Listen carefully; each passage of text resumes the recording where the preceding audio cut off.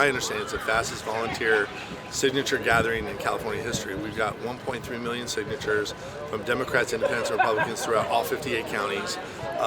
And we started this in September. So what we're doing is we're turning it into all 58 counties, our signatures, and we only need 800,000, a little over 800,000 to qualify. We have over 1.3 million that we're turning in. So all this does is it says that you need to be a U.S. citizen in order to be registered to vote, and that you need to show a form of ID that you get to choose, one of 6 or 7 forms of ID. And then if you vote by mail, you just use the last 4 digits of whatever ID you get to choose. And if you vote in person, you just show ID at the polls. And so this is very simplistic. 36 states have it. Every state has implemented this, has actually had higher voter participation, most recently being in North Carolina. Well, right now you don't have to show ID. You don't have to show any form of identification whatsoever. We don't clean up our voter rolls. It was shown in my area, it was publicly done that a dog voted in the last 2 elections in Orange County. We need to have more faith in our election outcomes. 3 presidential campaigns since the year 2000 have called into question our election outcome. Our democracy doesn't work if people don't have faith in this election outcomes. And so this is one step to have more faith in what the election results are. And again, it's overwhelming support. Our internal polling has it over 68%. Public polling has it even over 70%. This is a 70% issue. It's a simplistic issue. People need IDs to go on a plane. They need to buy beer. They need to get medicine for public assistance.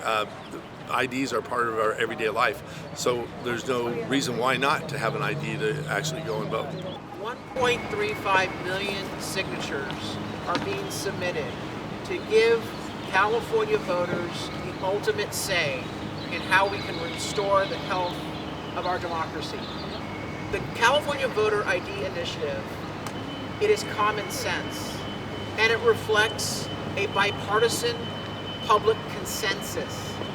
You don't, in this day and age of political division, you don't see this much unity, this much coming together on an issue. But voter ID is one of those rare opportunities, those rare issues where Democrats, Republicans, and everyone in between, we all agree. It's common sense to require an ID in order to participate in our elections. We've got millions of Californians that can testify, that can confirm that in every election at their home, they receive ballots for people who moved away long ago, or they don't even know who these people are. When we have outdated voter rolls, and when we mail out ballots using outdated voter rolls, and voter rolls that have not had sufficient verification of citizenship and eligibility, the voters know. Californians know because they experience these ballots floating around. We cannot have the highest level of confidence and trust in our election when we're using outdated voter rolls. One of the key reforms of this common sense initiative is we're going to hold government officials accountable for maintaining accurate, updated voter rolls and verifying the citizenship and eligibility of everyone on the voter rolls. We also add transparency to the mix by requiring an audit by the independent California state auditor every other year before we have an election. And those audits will be done county by county, and those audits will be made public for review. The second reform of this initiative is the California voter ID requirement, that in every election when you cast a ballot, you will have to show your ID in person or use the last 4 digits of a government document of your choosing. It is so simple. Everyone uses an ID to buy alcohol, cigarettes, or even to board an airplane. And so this is not a difficult requirement.